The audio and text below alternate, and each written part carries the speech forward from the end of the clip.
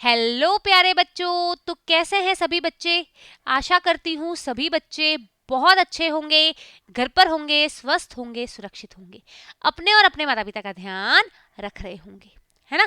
तो बिल्कुल बेटा अपने और अपने माता पिता का ध्यान रखा कीजिए। कोविड बहुत बढ़ रहा है तो अपना बहुत अच्छे से ध्यान रखिए, समय समय पर हैंड वॉश करते रहिए, सैनिटाइजर का यूज करते रहिए। तो भाई स्वागत है आपका अपने यूट्यूब चैनल पर। मैं हूँ आपकी साइंस टीचर निष्ठा और आज की क्लास बहुत इंटरेस्टिंग है। आज की क्लास में हम एक बहुत ही इंपॉर्टेंट टॉपिक जो जीवन भर हमारे काम आएगा, कक्षा 8 में ही नहीं जीवन भर काम आएगा, उस टॉपिक के बारे में बात करने वाले हैं। तो भाई हमारे अध्याय का नाम तो है सूक्ष्म जीव, मित्र एवं शत्रु। तो इस चैप्टर में नाइट्रोजन चक्र, नाइट्रोजन साइकिल के बारे में हम बात करने वाले हैं। तो भाई सभी का एक्साइटमेंट लेवल कैसा है मुझे कमेंट बॉक्स में लिख के जरूर बताना। तो बेटा आज की क्लास में हम बात करने वाले हैं नाइट्रोजन चक्र की। तो सबसे पहले तो हम नाइट्रोजन की बात करते हैं। तो बेटा ये जो नाइट्रोजन है वो बेसिकली गैस के रूप में पाया जाता है, गैस या हवा के रूप में हमारे वायुमंडल में पाया जाता है। लगभग लगभग 78% हमारे वायुमंडल का, यानी हमारे वायुमंडल का 3/4 से भी लगभग ज्यादा भाग क्या है, नाइट्रोजन है। अच्छा, नाइट्रोजन का मेन यूज कहाँ है या नाइट्रोजन हमारे क्या काम आती है, किसी को पता है क्या? नाइट्रोजन हमारे कहाँ काम आती है? तो बेटा ये जो नाइट्रोजन गैस है वो हमारा प्रोटीन के अंदर पाई जाती है। ये नाइट्रोजन हमारी प्रोटीन के अंदर पाई जाती है और आप सभी को पता है ये प्रोटीन क्या है। ये प्रोटीन जो है, ये प्रोटीन हमारे भोजन का मुख्य घटक है। क्या है बच्चा? मुख्य घटक। क्या है बेटा? मुख्य घटक। जैसे आप सभी को पता है कार्बोहाइड्रेट, प्रोटीन, वसा, विटामिन, खनिज लवण, ये हमारे भोजन के मुख्य घटक हैं जो बहुत आवश्यक है। अगर ये नहीं होंगे हमारे शरीर में तो हमारे शरीर को रोग हो जाएगा। तो ये जो नाइट्रोजन है इसका उपयोग हम डायरेक्टली नहीं करते, हमारे शरीर में ये प्रोटीन बनाने में काम आता है। तो अगर हम इस नाइट्रोजन को उपयोग कर रहे हैं, है ना, किसी न किसी रूप पे, डायरेक्ट नाइट्रोजन के फॉर्म में नहीं, है ना, प्रोटीन के फॉर्म में यूज कर रहे हैं। जीव जंतु को भी प्रोटीन की जरूरत है ना, प्रोटीन की जरूरत सबको है, चाहे हम हो, चाहे जीव जंतु हो, चाहे पेड़ पौधे हो। तो प्रोटीन की जरूरत हमें भी है, प्रोटीन की जरूरत जीव जंतु को भी है ना। तो भाई अगर इस प्रोटीन की जरूरत सबको है, सब यूज कर रहे हैं, आप यूज कर रहे हो, मैं यूज कर रही हूँ, है ना, इस पृथ्वी पर जितने लोग हैं वो यूज कर रहे हैं, जीव जंतु यूज कर रहे हैं, पेड़ पौधे यूज कर रहे हैं, तो मैम आप तो बोल रहे हो 78% है वायुमंडल में, तो भाई इतने लोग यूज कर रहे हैं तो खत्म भी तो होनी चाहिए। लेकिन ऐसा नहीं होता है। क्यों? क्योंकि हमारी प्रकृति में प्रकृति में नाइट्रोजन का एक चक्र चलता है, एक चक्र चलता है और यही चक्र इस नाइट्रोजन की मात्रा को स्थिर रखता है।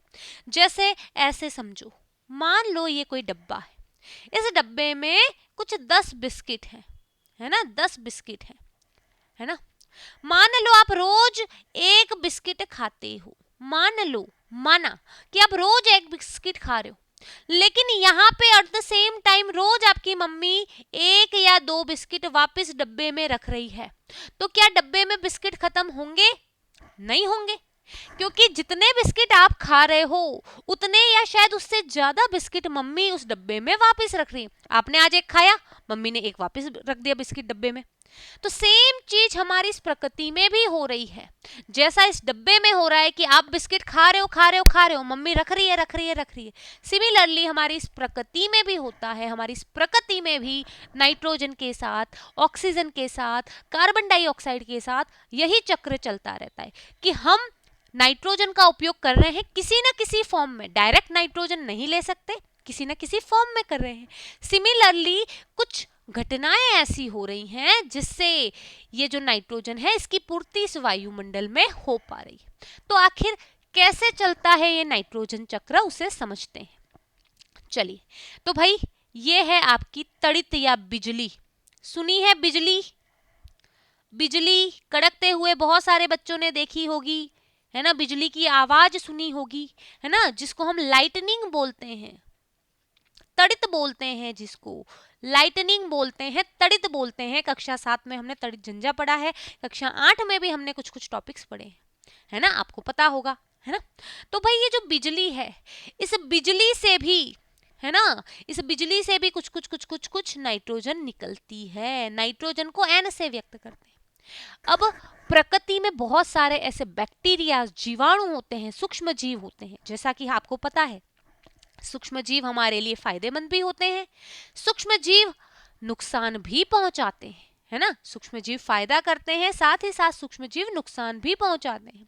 तो ये जो नाइट्रोजन फिक्सेशन बैक्टीरिया होते हैं जो हमारी मिट्टी में पाए जाते हैं, जैसे राइजोबियम, राइजोबियम नाम का एक जीवाणु होता है जो हमारी मिट्टी में पाया जाता है, ठीक है।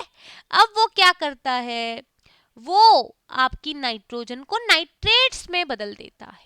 किस में बदल देता है, नाइट्रेट्स में बदल देता है, ठीक है।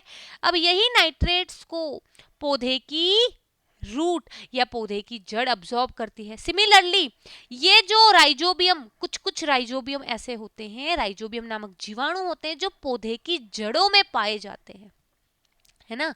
सहजीवी संबंध बनाते हैं, पौधे उन्हें जगह देते हैं।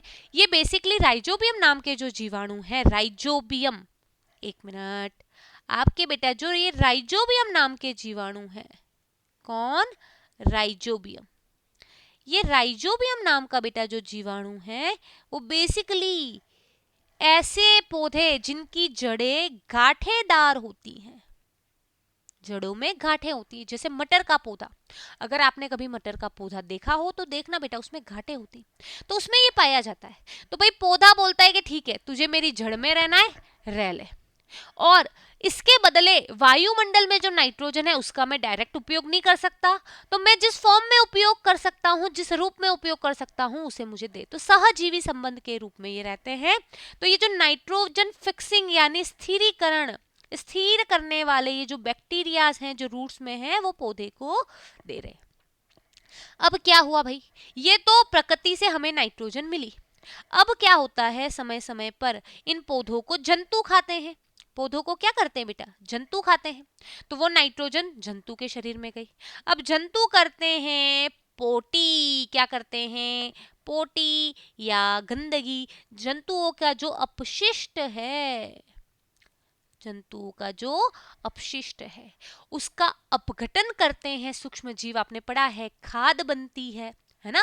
तो भाई ये जो अपशिष्ट है उसका अपघटन होता है, क्या होता है बेटा, इस अपशिष्ट का अपघटन होता है, और अपघटन करके बैक्टीरिया जो है नाइट्रोजन गैस निकालते हैं, और ये नाइट्रोजन गैस फिर वायुमंडल में जाती है। सिमिलरली आपके ये जो पौधे हैं, क्या हैं बेटा, ये आपके जो पौधे हैं, समय समय पर कुछ पौधे भी मर जाते हैं, है ना, पौधे मर जाते हैं, सूख जाते हैं, इन पौधों का भी अपघटन हो जाता है।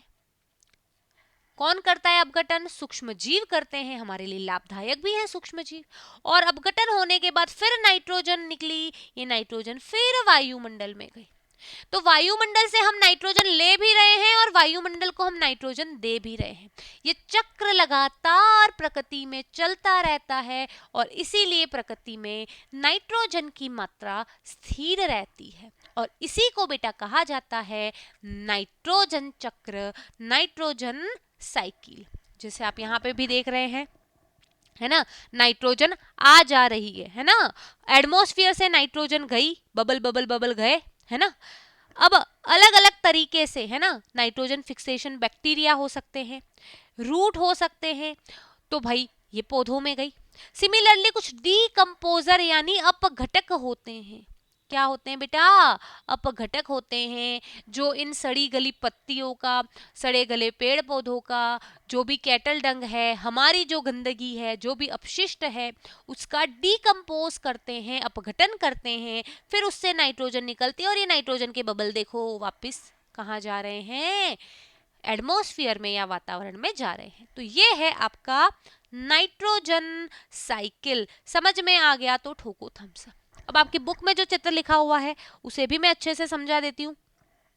चलो, वायुमंडलीय नाइट्रोजन, तड़ित द्वारा नाइट्रोजन का स्थिरीकरण, तड़ित यानी जो बिजली चमकती है उससे भी नाइट्रोजन वायुमंडल की जो है वो स्थिर होती है, किसी न किसी रूप में पृथ्वी पर आती है। चलिए, वायुमंडलीय नाइट्रोजन का जीवाणु एवं नीले हरे शैवालों द्वारा स्थिरीकरण, उसको वो नाइट्रेट में बदल देते हैं, किसी फॉर्म में बदल देते हैं जिसका उपयोग पेड़ पौधे कर सके। तो भाई ये मिट्टी में डाल दिया इन्होंने उस फॉर्म में बदल के, उस मिट्टी से पौधों ने अवशोषित कर लिया, पौधों को जंतु ने खा लिया। अब पौधे या जंतुओं ने जो उत्सर्जन किया है ना, वो उत्सर्जन जो है वो क्या हुआ, जीवाणु द्वारा नाइट्रोजन यौगिकों में बदल दिया गया। नाइट्रोजन यौगिकों से कहां बदल दिया गया, नाइट्रोजन गैस में बदल दिया गया। फिर ये नाइट्रोजन गैस फिर वापस वायुमंडल में चली गई। तो ये प्रोसेस लगातार चलता रहता है। सिमिलरली बात बुक में लिखी हुई है कि हमारे वायुमंडल में 78% नाइट्रोजन होता है। नाइट्रोजन सभी सजीवों के लिए आवश्यक संगठन है क्योंकि ये हमारे प्रोटीन का महत्वपूर्ण अंग है, साथ ही साथ पर्णहरित में पाया जाता है, न्यूक्लिक एसिड विटामिन में उपस्थित होता है। हम वायुमंडल से सीधे नाइट्रोजन का उपयोग नहीं कर सकते, तो सूक्ष्म जीव के द्वारा हम इसकी हेल्प लेते हैं। फिर हमने जो नाइट्रोजन ली वो नाइट्रोजन क्या हुई, किसी न किसी फॉर्म में ली, डायरेक्ट नाइट्रोजन नहीं ली, प्रोटीन के फॉर्म में ली, डिफरेंट डिफरेंट फॉर्म में ली, हमने उत्सर्जन किया, उसका अपघटन हुआ, अपघटन से फिर नाइट्रोजन बनी, वो नाइट्रोजन फिर गई उसमें। तो आई होप बेटा आपको नाइट्रोजन साइकिल समझ में आ गई होगी। मुझे कमेंट बॉक्स में लिख के जरूर बताना कि आपको ये नाइट्रोजन साइकिल कैसी लगी। जाने से पहले टेस्ट तो बनता है, देखते हैं क्वेश्चन। वायुमंडल में नाइट्रोजन लगभग कितने प्रतिशत है? जल्दी से सभी बच्चे बताएंगे कि भाई हमारी जो वायुमंडल है उसमें नाइट्रोजन लगभग कितने प्रतिशत है। वायुमंडल में नाइट्रोजन लगभग कितने प्रतिशत है?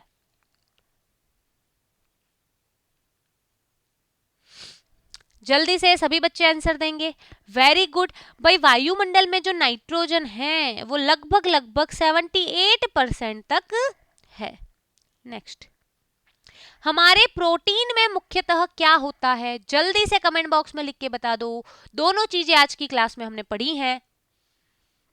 वेरी गुड, हमारे प्रोटीन में नाइट्रोजन होती है। तो मुझे कमेंट बॉक्स में ये भी लिख के जरूर बताना कि आपके इस टेस्ट में कितने नंबर आए, 2 में से 2 पूरे आए या नहीं आए। तो प्यारे बच्चों, आज की क्लास को यहीं विराम देने का समय आ चुका है। आशा करती हूँ आपको नाइट्रोजन साइकिल अच्छे से समझ में आ गई होगी। मुझे कमेंट बॉक्स में लिख के जरूर बताना। मिलेंगे किसी नई क्लास में एक नए वीडियो के साथ, है ना। इस क्लास को लाइक जरूर करें, अपने अधिक से अधिक दोस्तों को शेयर करें कि देखिए मैंने एक नया यूट्यूब चैनल खोजा है जिसपे मैंने नाइट्रोजन साइकिल और छोटे छोटे प्यारे प्यारे डिफरेंट टॉपिक पढ़ रहा हूँ। और अधिक से अधिक सब्सक्राइब करें। तो मिलते हैं नई क्लास में, तब तक के लिए बाय बाय, टेक केयर।